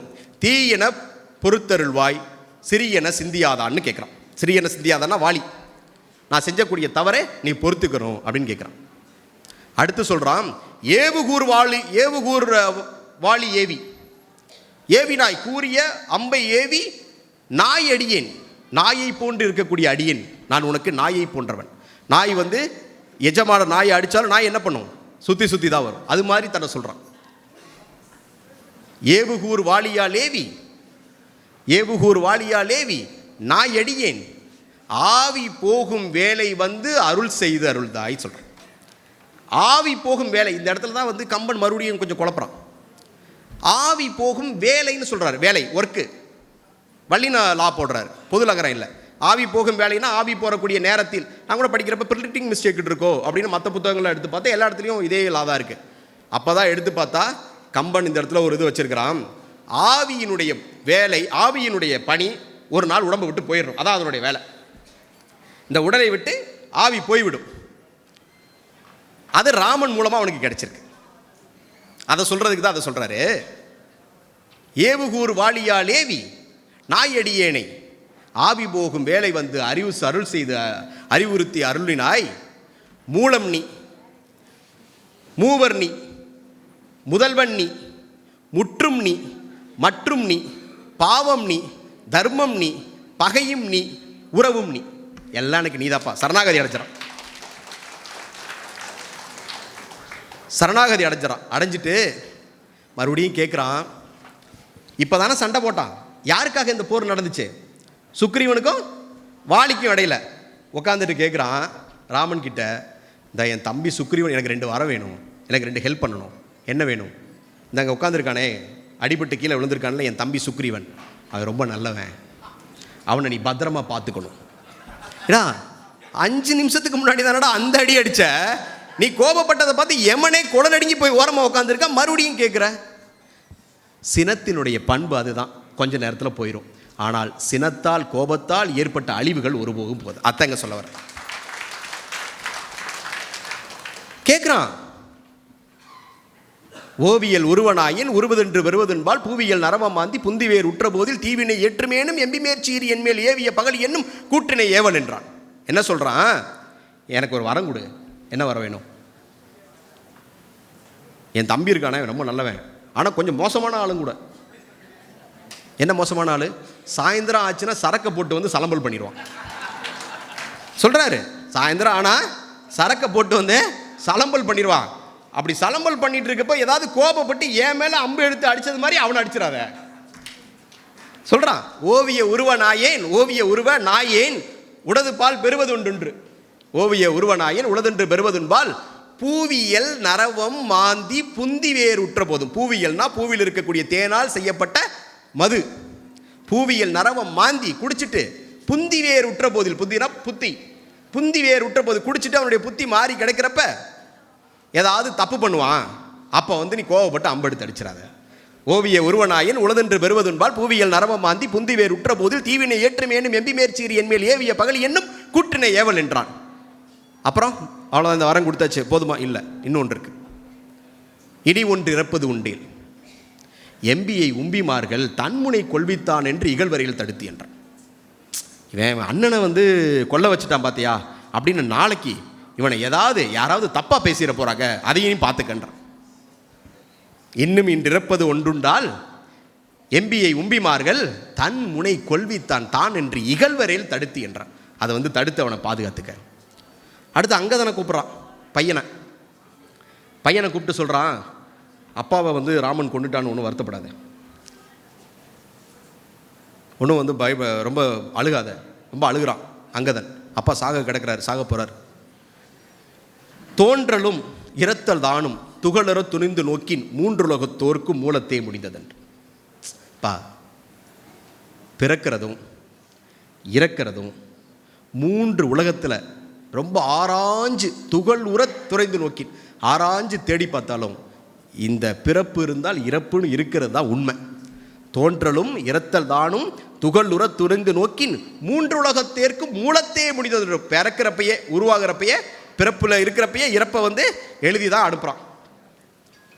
யான் தவமுடைத்தமையாதையால் இவ்விருத்தி வந்து இசைந்தது எனக்கு. நான் ரொம்ப தவம் பண்ணதுனால தான் எனக்கு இவ்வளோ பெரிய நல்ல முடிவு வந்திருக்கு. நல்ல முடிவா? ஆமாம். யாரோடும் சான்று நின்றான் இவன் தானே எனக்கு வந்து வீடு தந்தான். இவனை பார்க்கறதுக்கு உலகத்தில் இருக்க உயிர்கள் எல்லாம் தவங்கடத்திட்டு இருக்கிறப்ப இந்த ராமனே எனக்கு வந்து அம்பாள் இந்த உயிருக்கு விடுதலை அளித்து வீடு பேறு தந்தான். அதனால் நான் பெருமைக்குரியவன். தோன்றலும் இரத்தல் தானும் துகளற துணிந்து நோக்கின் 3 உலகத்திற்கும் மூலத்தை முடிந்ததென்றே யான் தவமுடுத்தோம் யாதனல். நான் வந்து இவன்ட்ட வந்து எனக்கு ஒரு நல்ல சாவு கிடைச்சிருச்சு, அதனால் நீ ஒன்றும் பயப்படாத, ஒன்றும் அழுகாத அப்படின்னு சொல்லி அந்த போர் முடியுது. போர்க்காட்சியில் அப்படியே சுக்ரீவன் நாட்டினுடைய அரசராக ஆக்கப்படுகிறான். அந்த வானர படைகள் எல்லாம் ராமனுக்கு உதவி செய்வதற்கு இலங்கையை நோக்கி போகிறது. ராமன் சொல்கின்ற 3வது போர் ராமராவண யுத்தம். ராமராவண யுத்தத்தில்தான் கம்பன் போர் பற்றி சொல்ல வேண்டிய எல்லா அழிவுகளையும் சொல்கிறான். ராமராவண யுத்தம் நடக்குது. மிக நீண்ட போர். இந்த போரை ராமன் விரும்பவில்லை. முதல் நாள் போரில் தோற்று விடுகிறான் ராவணன். அவனுடைய படைகள் எல்லாம் சிதறி ஓடுகிறது. பூளை பூக்களை போன்று பறந்து காற்றில் சிதறிவிட்டன. அவன் அழிந்து விட்டான். அப்போதும் இன்று போல் போலுக்கு நாளைக்கு வா, இன்று போய் நாளை வா அப்படின்னு அனுப்பி விடுறான். போகிறான்.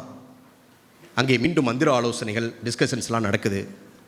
கேபினெட்லாம் உட்காந்து ஃபுல்லாக டிஸ்கஸ் பண்ணுறாங்க இலங்கையில்.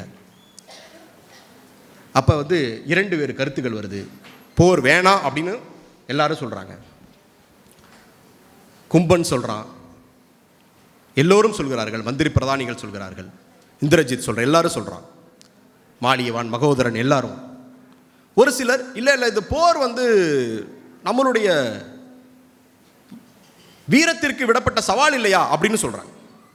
கம்பனில் வந்து இன்னும் ஆழமாக போய் பார்த்தோன்னா கம்பன் 2 பாயிண்ட்டை தான் எல்லா இடத்துலையும் சொல்கிறாரு.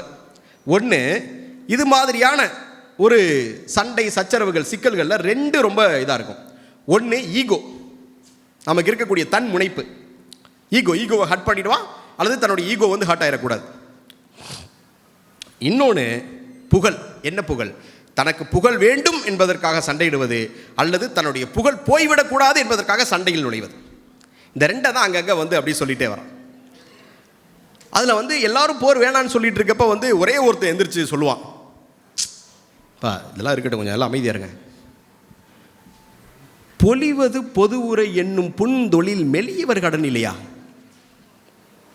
எதிர்காலத்தில் இப்படிலாம் நமக்கு ஒருவேளை அழிவு வந்துடும் அப்படின்னு ரொம்ப டீட்டெயில்டாக யோசிச்சு, ரொம்ப இந்த மாதிரி வந்து நிறைய எதிர்காலத்தை பற்றி யோசித்து முடிவெடுக்கிறது வீரமில்லாதவர்களுடைய செயல் மாதிரி தெரியுதே.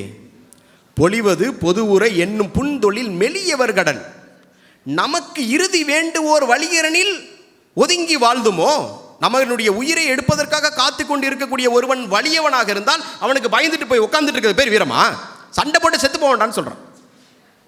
பொலிவது பொறுத்தரை என்னும் புன்தொழில் மெலியவர் கடன், நமக்கு இறுதி வேண்டுவோர் வலியரனின் ஒளிகளில் ஒருவன் நம் உயிர்க்கு அன்பினால். இந்த உயிர் மேலே அவ்வளோ பயமாடா உங்களுக்கு? உயிர் மீது அவ்வளவு அன்பா? அவங்களுடைய உயிர் மீது அவ்வளவு அன்பும் பயமா இருக்கு? இப்படி போய் பயந்துட்டு உட்காந்துருக்கிறீங்க அப்படின்னு அவனோட ஈகோவை தூக்கி விட்டுருவான்.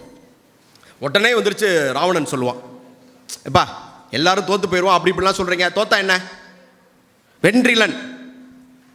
வென்றிலன் என்ற போதும் வேதம் உள்ளளவும் யானும் நின்றன நன்றோ ராமன் பெயர் நிற்குமாயின். வென்றிலன் என்ற போதும் வேதம் உள்ளளவும் யானும் நின்றன நன்றோ மற்ற ராமன் பெயர் நிற்குமாயின். இந்த வேதம் இருக்கின்ற வரை ராமனுடைய புகழ், இந்த போரில் வென்ற புகழ் எப்படி அவனுக்கு இருக்குமோ, அவனோடு முன்பிருந்து சண்டையிட்டு செத்தேன் என்பதும் என்னுடைய பெயர் அங்கே இருக்கும்ல. அவன் சொல்றான், வென்றிலன் என்ற போதும் வேதம் உள்ளளவும் யானும் நின்றன நன்றோ மற்ற ராமன் பெயர் நிற்குமாயின்னு சொல்லிட்டு, பொன்றுதல் ஒரு காலத்தும் பொருந்துமோ? சரிப்பா, நீங்கள் சொல்கிற மாதிரி நான் போருக்கு போகாமல் என்னுடைய உயிர் வந்து பத்திரமா பாதுகாத்துக்கிறேன், இந்த உயிர் அப்படியே இருந்துருமா?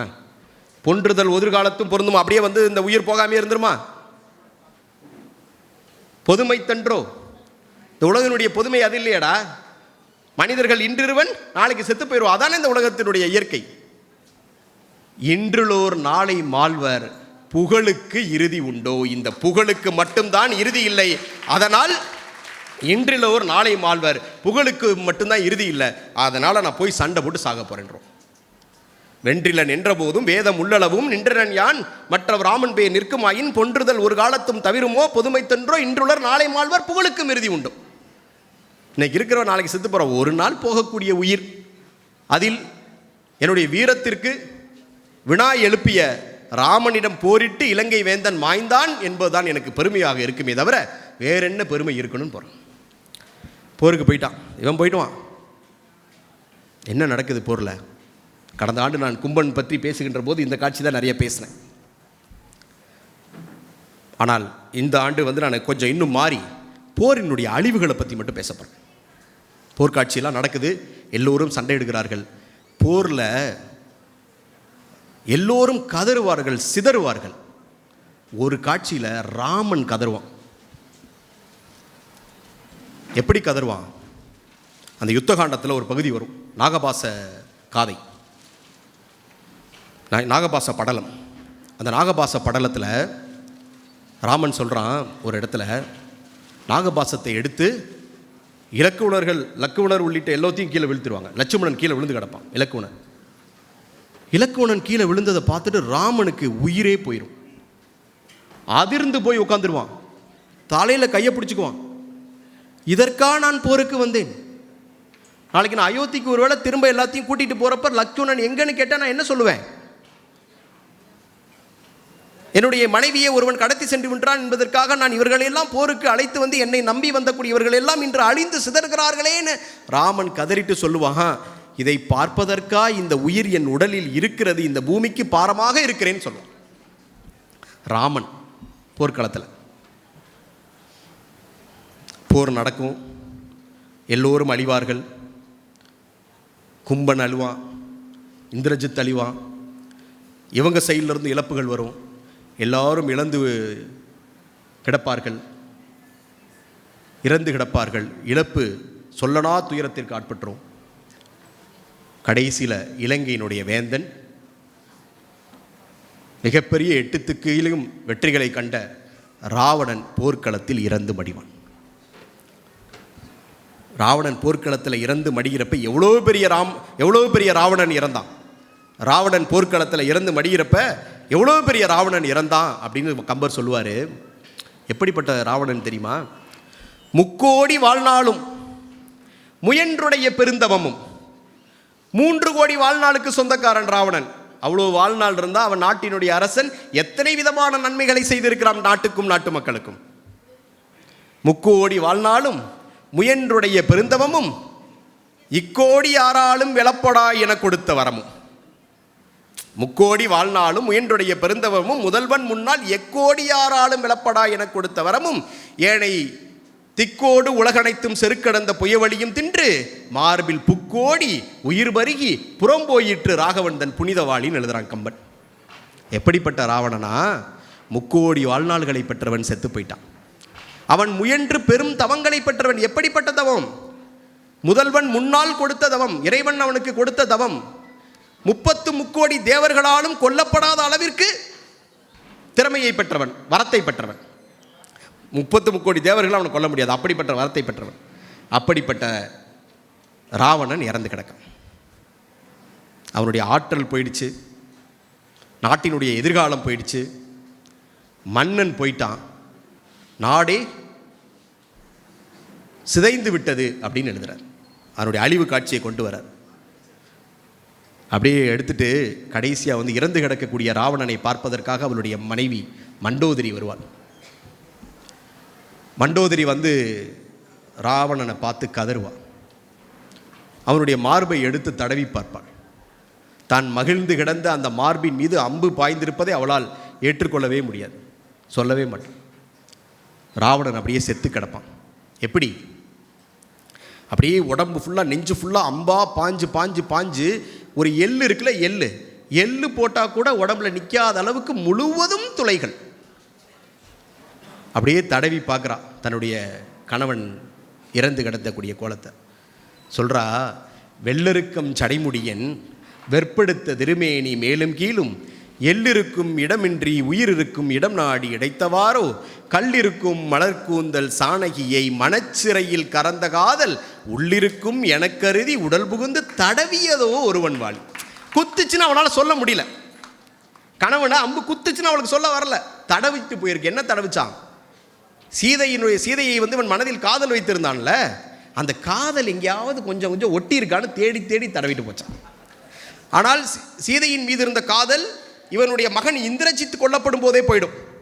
இந்திரஜித்தை கொல்லப்படும் போது வந்து இந்திரஜித்து இறந்து போயிட்டான் அப்படின்னு சொன்ன உடனே வந்து இவனுக்கு கோபத்தில் சீதையினுடைய கணவன் ராமனுடைய படைகள் தான் அப்படி பண்ணிருச்சுன்னு சீதையை கொல்வதற்கு வாள் எடுப்பான். அப்போ வந்து தடுத்துருவாங்க, இது தர்மம் இல்லை அப்படின்னு. தான் விரும்பி தூக்கி வந்த பெண்ணுக்கு மீதே கொல்லலான்னு சொல்லி முடிவு பண்ணப்பே அப்பயே போயிடும்.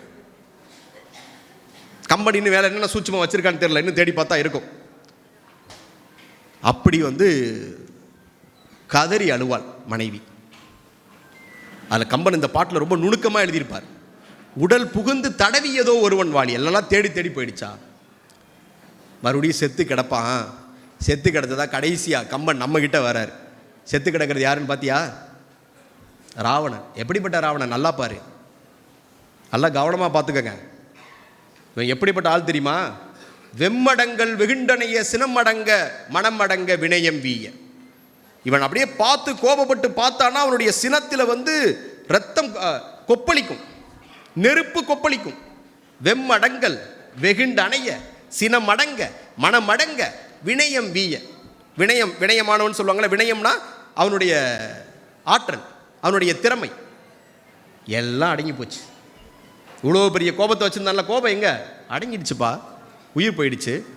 வெம்மடங்கல் வெகுண்டனைய சினமடங்க மனமடங்க வினயமீய தெம்மடங்கை பொருதடக்கை செயலடங்க மனமடங்க ஆற்றல் தேய தம்மடங்கு முனிவரையும் தலையடங்க நிலையடங்க சாய்த்த நாளில் மும்மடங்கு பொழிந்தன முறை துறந்தான் உயிர் துறந்த மூங்கலம்மான்னு சொல்லுவார். இது என்ன பொருளா நமக்கு சொல்றது? இப்ப இவன் அடங்காம இப்படி சுத்திட்டு இருந்தான்ல, இன்னைக்கு எல்லாம் அடங்கிருச்சு. இன்னைக்கு முகத்தை பாரு, இவன் முனிவர்களை எல்லாம் வென்றவன், தேவர்களை எல்லாம் வென்றவன். 8 திக்களும் சென்று இவன் வெல்லாத இடங்களும் கிடையாது, வெல்லாத மனிதர்களும் கிடையாது, வெல்லாத வீரர்களும் கிடையாது. அப்படிப்பட்ட வெற்றிகளை அடைந்த போதெல்லாம் இவனுடைய முகம் எப்படி பொழிந்ததோ அதை விட 3 மடங்கு இன்னைக்கு பொழிந்து கொண்டிருக்கிறது. க்ளோவிங்கா இருக்கு, அவ்வளோ ஃபேஸ் க்ளோ ஆகுது. ஏன்? இந்த ஒரு வார்த்தையில தான் ஏன் அப்படின்றதுக்கு கம்பன் பொருள் சொல்லுவார். அடங்க அடங்க அடங்கன்ற வார்த்தை வரும். வெம்மடங்கல் வெகுண்டனைய சினமடங்க மனமடங்க வினயம்பீய தெம்மடங்கு பொருதடக்கை செயலடங்க மனமடங்க ஆற்றல் தேய தம்மடங்கு முனிவரையும் தலையடங்க நிலையடங்க சாய்த்த நாடில் மும்மடங்கு பொழிந்தன முறை துறந்தான் உயிர் துறந்த மூங்கலம்மா. அப்படி என்ன அடங்கலாம்? இவன் அடங்காமல் இருந்தான்ல, அதை அடங்கினதற்கு பிறகு இதைத்தான் வள்ளுவர்கிட்ட போய் விடை எடுக்கலாம். அடக்கம் அமருருள் உய்க்கும் அடங்காமை 6 இருள் உய்த்து விடும். இவன் அடங்காமல் இருந்ததுனால இவன் உடல் முழுவதும் உயிர் முழுவதும் இருள் இருந்திருக்கிறது. ராமனினுடைய அம்பு சென்று அந்த இருளை அழித்ததால் முகம் மும்மடங்கு பொழிகிறது, மும்மடங்கு பொழிகிறது. அப்படிதான் அதை இதனுடைய பொருளை எடுத்துக்கணும். அப்படியே இலங்கையினுடைய ராவணன் முடிஞ்சு போயிடுறான். 1:45 ஆயிடுச்சு, வேம முடிச்சிடறேன். கதையினுடைய கடைசி கட்டம். எல்லா சோகமும் இருக்கட்டும், போர்னா சோகம் தானே, பிரிவுனா சோகம் தானே, ஆரம்பத்திலிருந்தே பார்த்தோம். அதில் உச்சபட்ச சோகத்தை இதை மட்டும் சொல்லி நான் நிறைவு செய்கின்றேன். ராமாயணத்தினுடைய கம்ப ராமாயணத்தினுடைய பொருள் அடுத்த பல நூற்றாண்டுகளுக்கும் 1000 ஆண்டுகளுக்கும் இந்த உலகுக்கு வழிகாட்டும் என்றால் இந்த தத்துவங்கள் தான் வழிகாட்டும். வாழ்வில் எல்லோருக்கும் சோகங்கள் வரும். அதில் ஆற்றொணா மிகப்பெரிய சோகம் என்பது புத்திர சோகம். பெற்றோர்கள் இருக்க அவர்கள் கண்முன்னே தான் பெற்ற குழந்தையை பறிகொடுத்து விடுவது, அந்த சோகத்திற்கு நிகரான சோகம் எதுவும் இல்லை என்று தத்துவங்கள் குறிப்பிடுகின்றன. புத்திர சோகம், அந்த புத்திர சோகம்தான் இந்த போர்க்கள காட்சியில் நம்மளை உருக்கி அப்படியே உருக்குலைய வச்சிருது. போர்க்களத்தில் ஒரு நாள் ராவணனுடைய மகன் இந்திரஜித் கொல்லப்படுவான். இந்திரஜித்து கொல்லப்பட்டு விட்டான் என்ற செய்தி ராவணனுக்கு தூதுவர்கள் சொல்லுவாங்க. இந்திரஜித் கொல்லப்பட்டு விட்டான் என்ற செய்தி ராவணனுக்கு வந்தவுடன் ராவணன் துடிதுடித்து போய்விடுவான். அனலில் இட்ட புழுவாக துடிப்பான். அவன் மனதில் இருந்த காதலெல்லாம் போய்விடும், எல்லாம் போய்விடும். உடனே போர்க்களத்திற்கு தேடி பார்க்க வருவான். தேடி பார்க்க வரப்ப இந்திரஜித் அங்கேயே கிடப்பான். அதை அப்படியே தூக்கிட்டு வருவான் அரண்மனைக்கு. அதுக்குள்ள செய்தி எங்கே போயிடும்? இலங்கையினுடைய பட்டத்து அரசி இந்திரஜித்தினுடைய தாய் மண்டோதரிக்கு போயிடும். மண்டோதரி மகன் இறந்து விட்டான் என்ற செய்தியை கேட்டவுடன் அவள் நிலைகுலைந்து போய்விடுவாள். நிலைகுலைந்து போயிட்டு தலையில் அடிச்சு அடிச்சு அழுவா. எப்படி அழுகிறாளாம்? தலையினால் சுமந்த கையல் தளலின் மேல் மிதிக்கின்றால் போல் நிலையின் மேல் மிதிக்கும் தாளால் நேசத்தால் நிறைந்த நெஞ்சல் கொலையீர் மேற் குறித்த வேடன் கூர்ங்கடை உயிரை கொள்ள மலை மீது மயில் வீழ்ந்தன்ன மைந்தன் மேல் மருகி வீழ்ந்தால் எழுதுறார். பையனை கொண்டு உடலை அங்கே அப்படியே கிடத்தி வச்சிருக்கிறாங்க. இறந்து போன இந்திரஜித்தனின் உடல் இலங்கையினுடைய அரண்மனையில் கிடத்தப்பட்டிருக்கிறது. மண்டோதரி பார்க்குறா, தலையில் அடிச்சுட்டு அழுகிறா. தலையின் மேல் சுமந்த கையல் தளலின் மேல் மிதிக்கின்றாள் போல், அப்படி நெருப்பை மிதிச்சுட்டு நின்னா எப்படி துடிப்பாளா அப்படி துடிக்கிறான். தளலின் மேல் மிதிக்கின்றாள் போல் நிலையின் மேல் மிதிக்கும் தாளால் நேசத்தால் பெத்த பாசம் நெஞ்செல்லாம் இருக்கு, நேசத்தால் நிறைந்த நெஞ்சல் கொலையிர் மேற் குடித்த வேடன் கூர்ங்கனை உயிரை துறப்ப. ஒரு மலையில் ஒரு மயில் இருக்கு, அந்த மயிலை குறிபார்த்து எரிய வேண்டும் என்று வேடன் அம்பை எடுக்கிறான். எடுத்து மயிலை குறிபார்த்து மயிலை வீழ்த்தி விடுகிறான். மயில் செத்து போகுது. செத்து எப்படி பொத்துன்னு விழுகும், அது மாதிரி அம்புல விழுந்த மயில் மாதிரி கீழே உயிரில்லாமல் கிடத்தப்பட்டிருக்கிற பையன் மேலே டம்முன்னு விழுந்துட்டான். மண்டோதரி வீழ்ந்தவன் என்னானா, செத்து போயிட்டான். எல்லாம் அப்படி தான் பார்க்குறாங்க. ஒன்றுமே இல்லை, உயிர் இல்லை. உயிர்த்திலல், உணர்வும் இல்லல். கிள்ளி பார்க்குறாங்க, ஒன்றும் இல்லை. பிடிச்சு பார்க்குறாங்க, இல்லை. உயிர்த்திலல், உணர்வும் இல்லல், உயிர்குழல் எனோ பெயர்த்திலல். செத்து போயிட்டான்ற மாதிரி ஒந்த அசைவும் இல்லை. உயிர்த்திலல், உணர்வும் இல்லல், உயிர்குழல் என பெயர்த்தினல், யாக்கை ஒன்றும் பேசலல். உடம்பு கூட அசைவே இல்லை. வியர்த்தி யாரும் விம்மடல். கொஞ்சம் ஒரு முனகல் சத்தமாக இருக்கான்னு பக்கத்தில் போய் கேட்குறாங்க, அதுவும் இல்லை. விம்மி யாதும் வியர்த்திலல், நெடிது போகி கொஞ்ச நேரம் கழிச்சு விம்மலல்.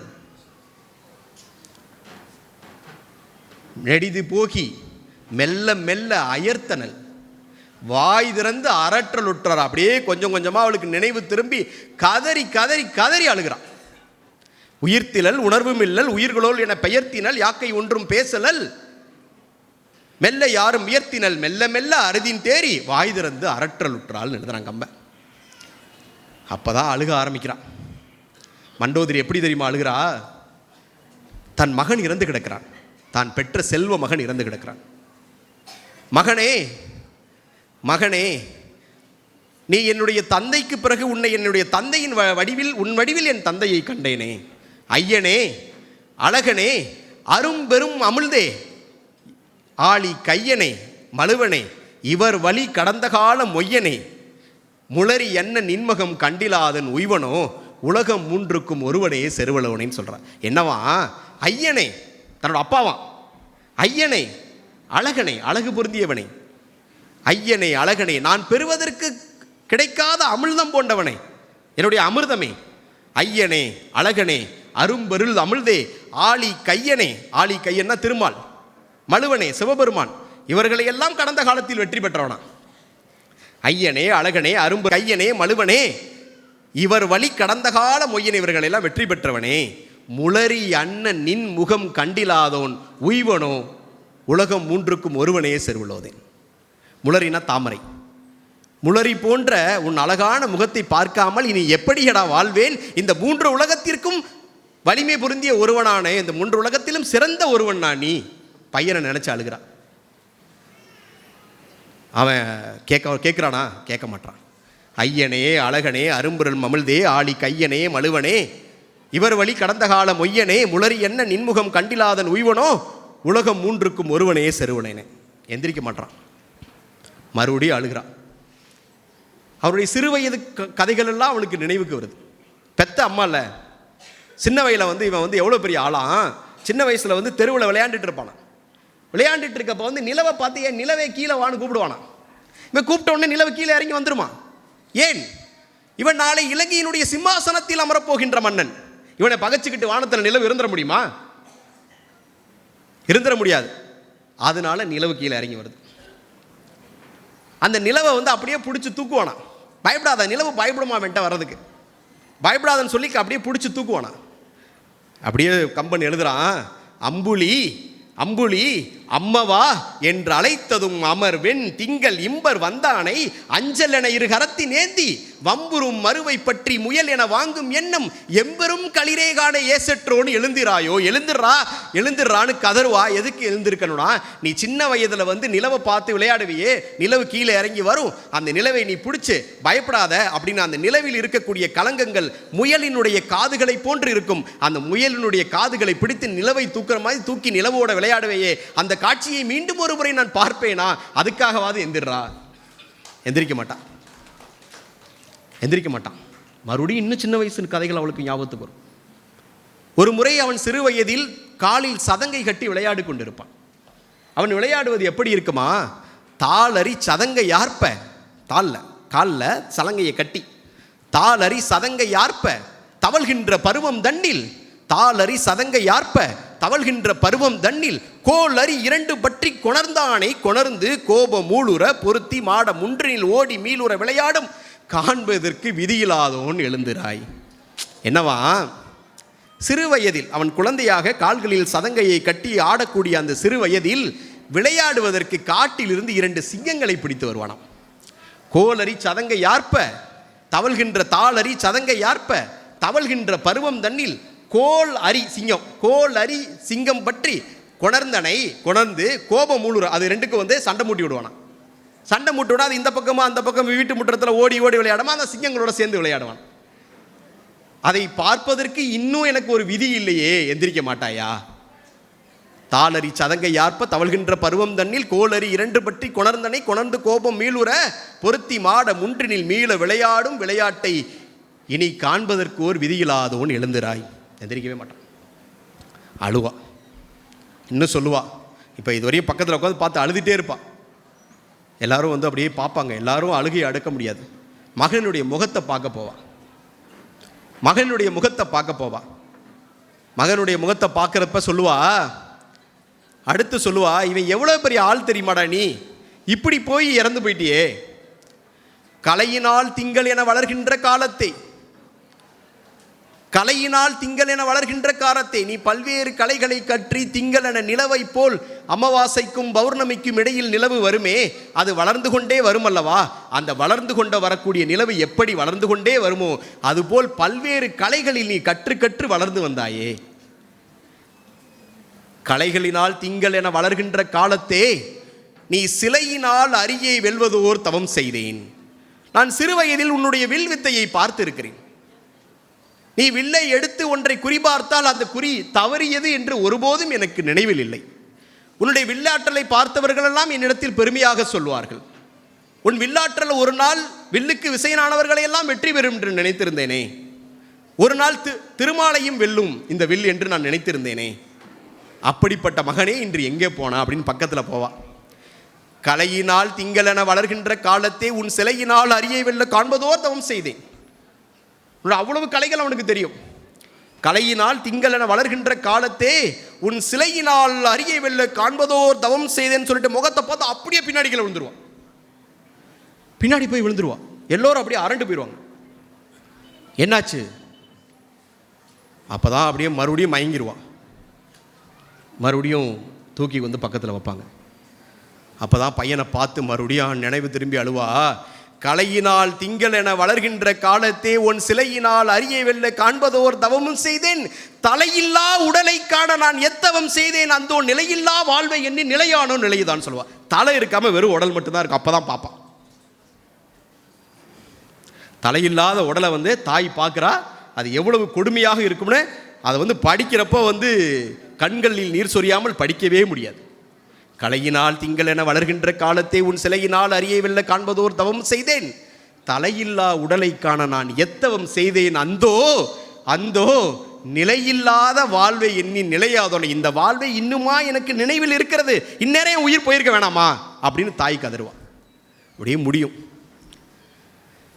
இந்த காட்சி முன்னாடியே வரும்.